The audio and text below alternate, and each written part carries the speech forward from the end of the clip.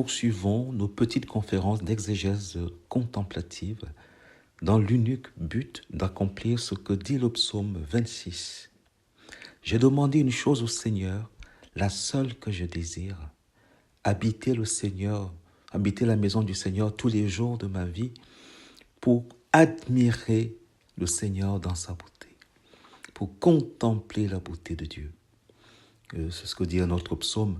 Goûtez et voyez comme est bon le Seigneur. C'est l'unique but de cette exégèse contemplative et qui correspond à ce que Dieu lui-même fait, selon ce que nous dit le livre de la Genèse. Au moment de la création, chaque jour est conclu par cette très très belle parole. Et le Dieu des dieux contempla parce que cela était beau. Et n'oubliez pas que la beauté, nous dit Platon, c'est la rencontre au sommet entre l'amour et la vérité. Le psaume le reprend, et toute la Bible d'ailleurs. Amour et vérité se rencontrent. Voilà la beauté. Contempler Dieu comme vérité. D'ailleurs, ouvrir la Bible, c'est aller à la rencontre de la vérité, selon les paroles de Jésus lui-même. Vous connaîtrez la vérité, et la vérité vous affranchira. Ouvrir la Bible, c'est aller à la rencontre de la vie éternelle. Or, la vie éternelle, c'est la connaissance de Dieu. Connaître Dieu, c'est le contempler dans sa beauté. Lui et toutes ses œuvres.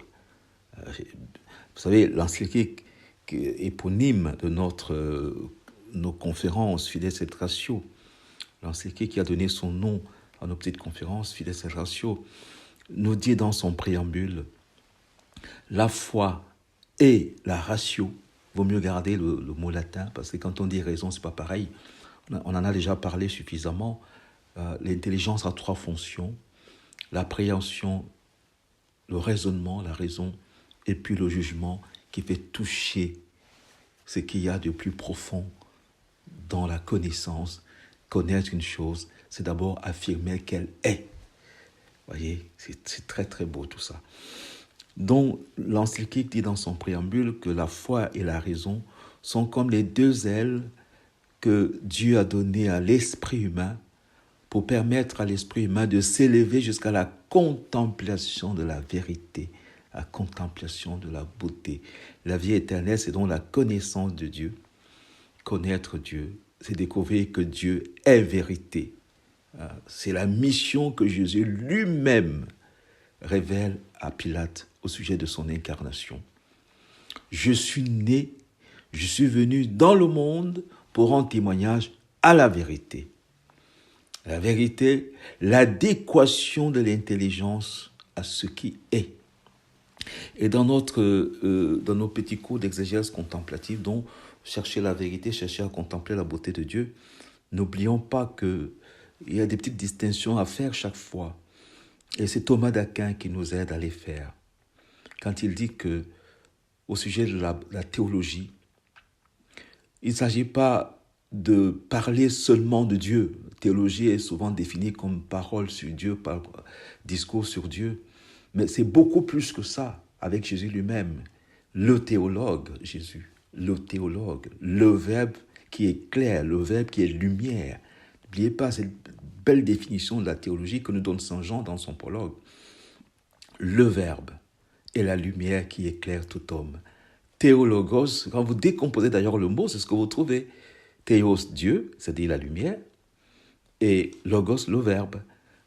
Le Verbe est la lumière qui éclaire tout homme. Voilà la plus belle définition de théologie. Donc Thomas d'Aquin nous dit qu'on peut faire la théologie de deux manières. Donc, soit considérer que c'est un discours sur Dieu, à partir de toute chose, ou alors le fait de regarder toute chose dans la lumière de Dieu. Tout considérer du point de vue de Dieu, la théologie. Et c'est celle que Jésus lui-même enseigne aux disciples d'Emmaüs, et qui nous rappelle en passant que du coup, la théologie a 4 grandes parties, parce que Dieu regarde toutes choses de 4 manières.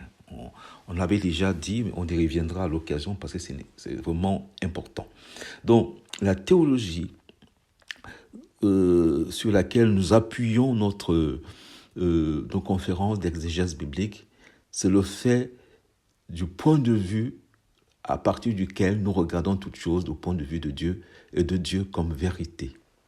Nous regardons toutes choses à partir de la lumière, du Verbe qui est la lumière, et la lumière qui éclaire toutes choses. C'est magnifique. Car la vérité est tellement, c'est le bien propre de l'intelligence. Et c'est le sommet de la révélation. Ouvrir la Bible, c'est aller à la rencontre de la vérité, de Dieu comme vérité, pas de Dieu comme valeur. L'exégèse contemplative, c'est que nous puissions redécouvrir Dieu comme vérité, comme le bien propre, la vérité étant le bien propre de l'intelligence, de toute intelligence. Quand l'intelligence connaît toute chose du point de vue de l'être, pas seulement du point de vue du devenir. Voyez, d'un côté, nous avons le devenir, Héraclite, tout devient. Et de l'autre côté, nous avons Parménide, il y a quelque chose qui demeure. Donc, je voudrais une fois de plus revenir sur le fait que parmi tous les livres de philosophie, la Bible a la première place en philosophie, car elle vient nous rappeler que la vocation de l'intelligence, c'est la connaissance de toutes les réalités de tout, mais du point de vue de l'être. Voilà pourquoi la Bible commence par nous dire « Dieu, au commencement, Dieu créa ». La création, c'est la communication de l'être. L'être est donc la propriété de Dieu que Dieu voudrait partager avec nous. Et il confie ça à l'intelligence de l'homme. C'est d'autant plus vrai que la première des alliances, c'est l'alliance avec Adam, c'est l'alliance avec l'intelligence. C'est l'alliance avec toute intelligence. Première alliance. Quand on regarde le livre de la Genèse, faisant l'homme à notre image, selon notre ressemblance, l'imago Dei en nous a pour première dimension l'intelligence que Dieu partage avec nous. Dieu est esprit. Donc l'intelligence, pas seulement supérieure, mais parfaite, que Dieu partage avec nous. Qui faisait dire aux néoplatoniciens que l'intelligence est une parcelle du divin. Or, ce qui tombe en premier lieu dans l'intelligence, c'est l'être. Voilà pourquoi la Bible est d'abord un livre de philosophie. Thomas d'Aquin n'a cessé de rappeler que ce qui tombe en premier lieu dans l'intelligence, c'est l'être. Or, la dimension philosophique de la Bible, n'oubliez pas qu'elle s'appuie sur la déclaration de Saint Paul aux Athéniens dans les Actes des Apôtres. Que dit Saint Paul ? En lui, c'est-à-dire Dieu, nous avons l'être, le mouvement et la vie. Tout est dit. En lui, nous avons l'être, le mouvement et la vie. Et l'être est dans le lien de parenté. D'ailleurs, c'est dit, Saint Paul continue en disant, comme l'ont dit certains de vos poètes, nous sommes de la race de Dieu. Nous sommes la race de Dieu du point de vue de l'être.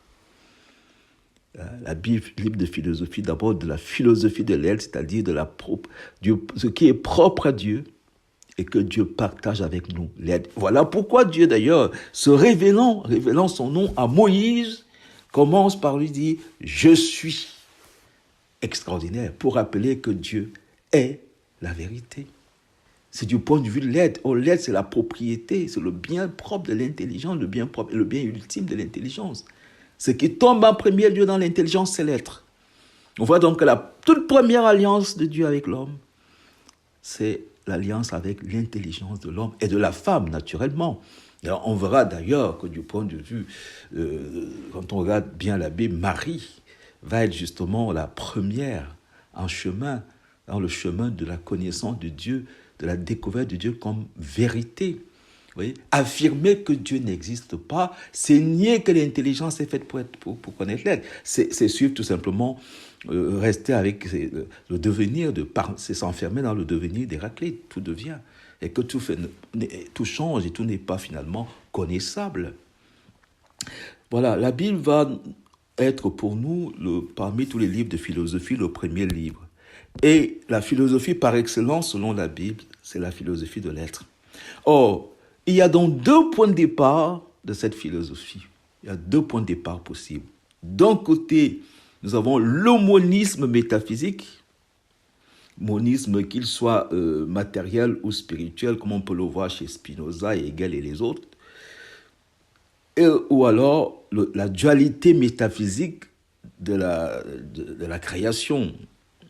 Dieu qui crée et les créatures qui reçoivent l'être du Créateur. Et donc le livre de la sagesse va nous rappeler que l'intelligence qui est le lieu de la première alliance de Dieu avec les hommes est donc cette capacité qu'il y a en nous selon le livre de la sagesse qui nous permet donc de remonter. C'est très beau ce que dit le livre de la sagesse chapitre 13. Il dit ceci, je vous le rappelle, on l'avait déjà dit, que la beauté et la grandeur des créatures font par analogie contempler leur hauteur. Or, la grandeur et la beauté des créatures, c'est d'abord le fait qu'elles sont, le fait d'être, l'être en tant qu'être, pas seulement le fait d'être là.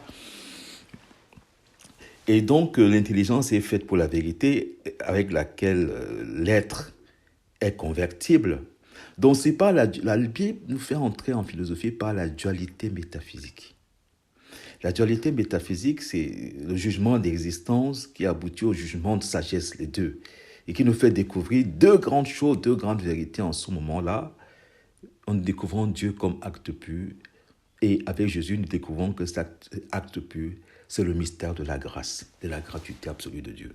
On va revenir au prochain cours sur ces deux points de départ entre le dualisme métaphysique et le monisme métaphysique qui a l'air de l'emporter sur le dualisme. Et le monisme métaphysique est justement ce qui explique tous les cultes cosmiques, la lune, le soleil, les étoiles qu'on voit partout. D'ailleurs, le livre de la sagesse chapitre 13 dit justement que dès qu'on rate le point de départ, c'est-à-dire le dualisme métaphysique, on va considérer les choses créées par Dieu comme étant des dieux. Le monisme métaphysique renvoie à ça. Ce monisme va donc aboutir à l'athéisme de l'homme qui va donc se prendre pour Dieu. On a ça avec Nietzsche, on a avec Plaute, on a Feuerbach et Marx. Ça va aboutir au monisme, au panthéisme. Ça va aboutir au naturalisme de Spinoza.